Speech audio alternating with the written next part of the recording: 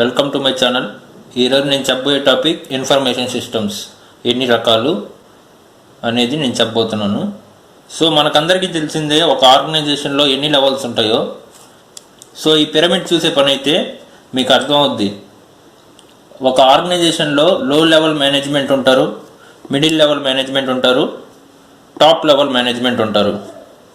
లో లెవెల్ మేనేజ్మెంట్లో ఎవరు ఉంటారు? ఎంప్లాయీస్. వీళ్ళపైన ఎవరు ఉంటారు? హెడ్గా మేనేజర్స్ వాళ్ళు ఉంటారు. మిడిల్ లెవెల్ మేనేజ్మెంట్ కింద వస్తారు. వీళ్ళకి హెడ్ ఎవరు ఉంటారు? CEOs, chairman, so president, vice presidents, ఇట్లా వీళ్ళందరూ టాప్ లెవెల్ మేనేజ్మెంట్లో ఉంటారనమాట. సో ఇప్పుడు ఇన్ఫర్మేషన్ సిస్టము బిజినెస్కి ఎలా ఉపయోగపడుద్ది చూద్దాం. 3 types ఆఫ్ ఇన్ఫర్మేషన్ సిస్టమ్స్ ఉన్నాయి.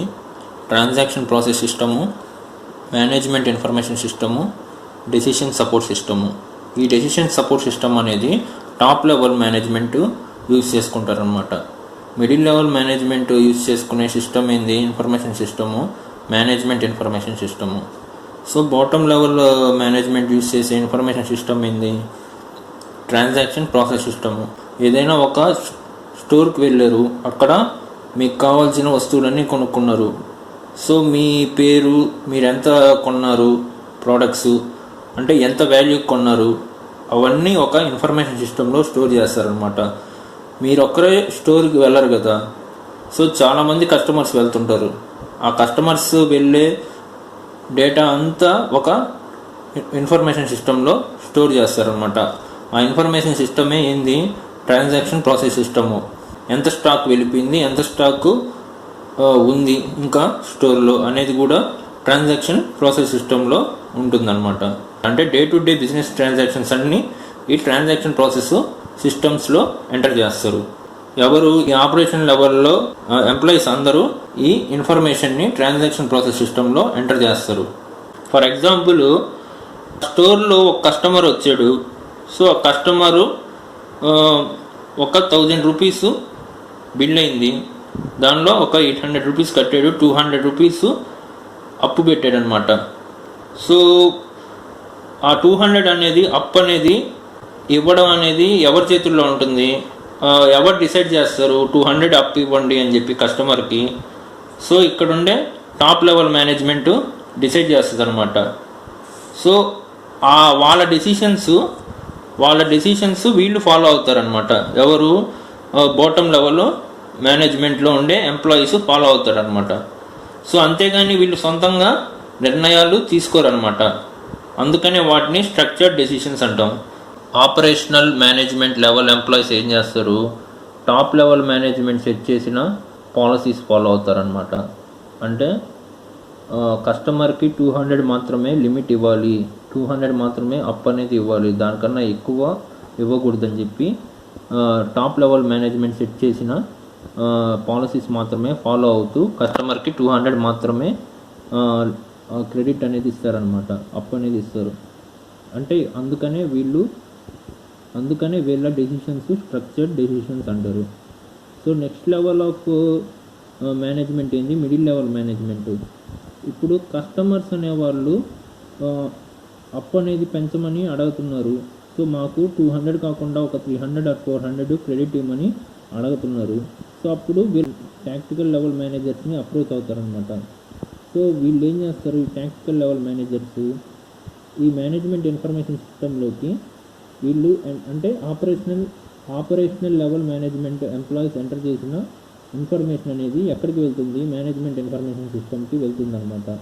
వీళ్ళు ఆ ఇన్ఫర్మేషన్ని బేస్ చేసుకొని టాక్టికల్ లెవెల్ మేనేజ్మెంట్ ఆ ఇన్ఫర్మేషన్ బేస్ చేసుకొని ఆ కస్టమర్ డేటా అనేది యాక్సెస్ చేస్తారనమాట. ఆ కస్టమర్ పాస్ట్లో ఒక 2 or 3 times లేకపోతే ఒక మల్టిపుల్ టైమ్స్ కొని ఉంటాడు కదా వీళ్ళ స్టోర్లో.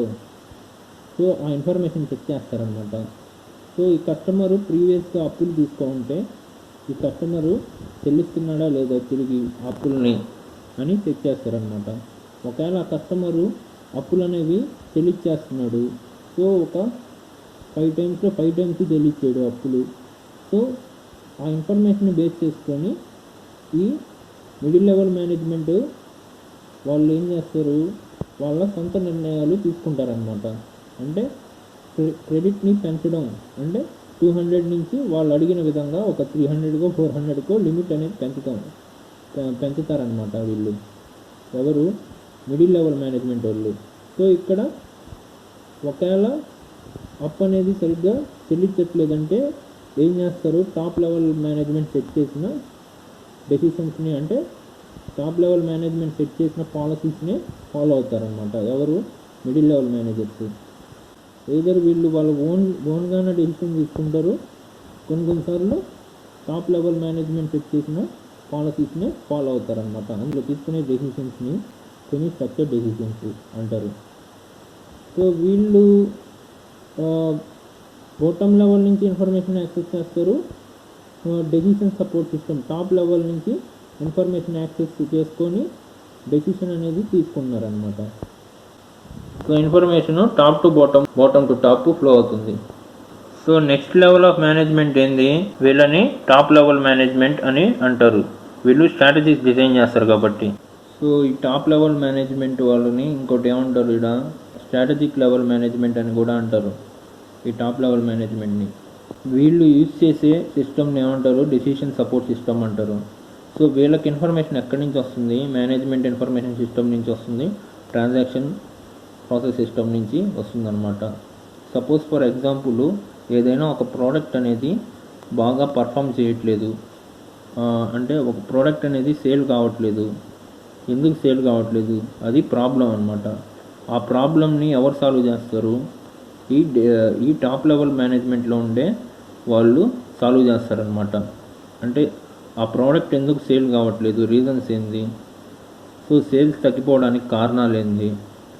సో ఆ ఇన్ఫర్మేషన్స్ అన్నీ ఎక్స్టర్నల్ ఎన్విరాన్మెంట్ నుంచి కలెక్ట్ చేస్తారు.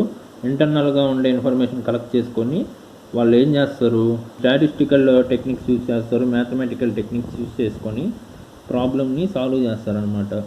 అంటే 2018లో ప్రోడక్ట్ సేల్స్ బాగా జరిగాయి, 2019లో కొంచెం తగ్గి 2020లో తగ్గింది. సో 2021లో ఎలా పెంచాలి మనం ప్రోడక్ట్ సేల్స్, కాంపిటీటర్స్ మనకంటే ప్రైస్ తక్కువ పెట్టి సేల్ చేయడం వల్ల, సో మల్టిపుల్ రీజన్స్ ఉంటాయి కదా మన ప్రోడక్ట్ సేల్స్ తగ్గడానికి. సో ఏంది, మనం కూడా ప్రోడక్ట్ యొక్క ప్రైస్ని తగ్గిద్దాము, సో ఏమన్నా ఆఫర్స్ పెడదాము మన ప్రోడక్ట్కి. సో దానివల్ల ఏమవుద్ది, సేల్స్ పెరుగుతాయి అన్నమాట. డైలీ బిజినెస్లో జరిగే రొటీన్తో సంబంధం లేకుండా ప్రాబ్లమ్స్ని సాల్వ్ చేస్తారనమాట, ఎవరు, అంటే టాప్ లెవెల్ మేనేజ్మెంట్ వాళ్ళు సాల్వ్ చేస్తారనమాట. సో అందుకనే వీళ్ళని స్ట్రాటజికల్ లెవెల్ మేనేజ్మెంట్ అంటారు. సో మిడిల్ లెవెల్ వాళ్ళని ఏమంటారు, టాక్టికల్ లెవెల్ మేనేజ్మెంట్ వాళ్ళు అంటారు. సో బాటమ్ లెవెల్ వాళ్ళని ఏమంటారు, ఆపరేషనల్ లెవెల్ మేనేజ్మెంట్ అంటారు. సో స్ట్రాటజికల్ లెవెల్ మేనేజ్మెంట్ వాళ్ళు యూజ్ చేసే సిస్టమ్ పేరేంది, decision support system. Middle level management అంటే టాక్టికల్ లెవెల్ మేనేజ్మెంట్ వాళ్ళు యూజ్ చేసే సిస్టమ్ ఏంది, management information system. Operational level management వాళ్ళు యూజ్ చేసేది ఏంది, ట్రాన్సాక్షన్ ప్రాసెస్ సిస్టము. ఈ విధంగా మేనేజ్మెంట్ లెవెల్స్ని బేస్ చేసుకొని మనకు 3 టైప్స్ ఆఫ్ సిస్టమ్స్ ఉంటాయన్నమాట, ఇన్ఫర్మేషన్ సిస్టమ్స్. నా ఎక్స్ప్లెనేషన్ కనుక మీకు నచ్చినట్లయితే లైక్ చేయండి, కామెంట్ చేయండి, సో వీడియోని షేర్ చేయండి, ఛానల్కి సబ్స్క్రైబ్ చేసుకోండి. Thanks for watching.